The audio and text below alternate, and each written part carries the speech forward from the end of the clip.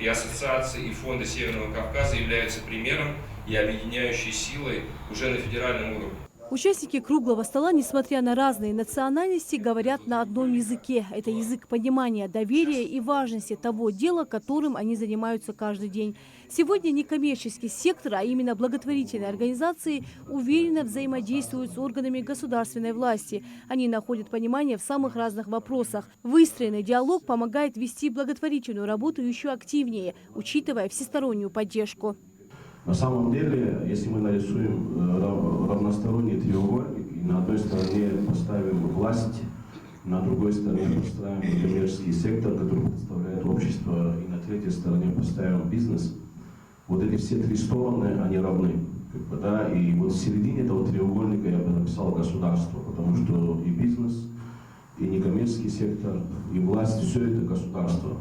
За круглым столом участники рассказывают о личном опыте работы и взаимодействия благотворительных организаций между собой. У Северного Кавказа довольно большой опыт работы в этом направлении. Благотворительные организации Северного Кавказа, они в каком-то смысле являются одними из самых продвинутых у нас в России. Делаются попытки создать какие-то более серьезные инфраструктурные проекты, которые помогут развивать, собственно, инфраструктуру. Да, в том числе медицинскую, в том числе социальную. И такого рода взаимодействие – это то, ради чего мы сегодня собрались.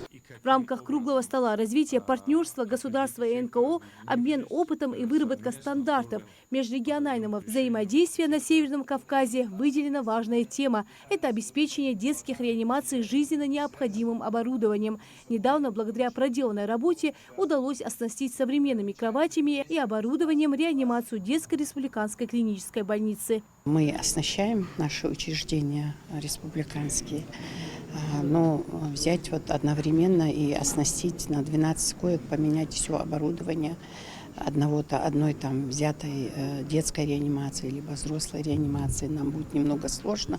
И мы очень благодарны ребятам, что они вышли с такой инициативой и готовы поддержать. Они уже привезли многофункциональные, очень хорошие кровати для отделения реанимации. Они ими уже пользуются. За это тоже хотела ребят поблагодарить, за их инициативу, за их неравнодушие. На самом деле, первое, что хочется сказать, что государство, в первую очередь Министерство здравоохранения, нам оказывает поддержку и в плане организации, в плане того, что мы можем сегодня проводить, дает возможность проводить эту работу по оснащению детской больницы. И все мероприятия по обучению, мероприятия по установке оборудования, организации здравоохранения. То есть в этом у нас активная работа идет именно с Министерством здравоохранения. За этот год проделана колоссальная работа. Очень много сборов закрыто. Это лечение, реабилитация, частичное строительство.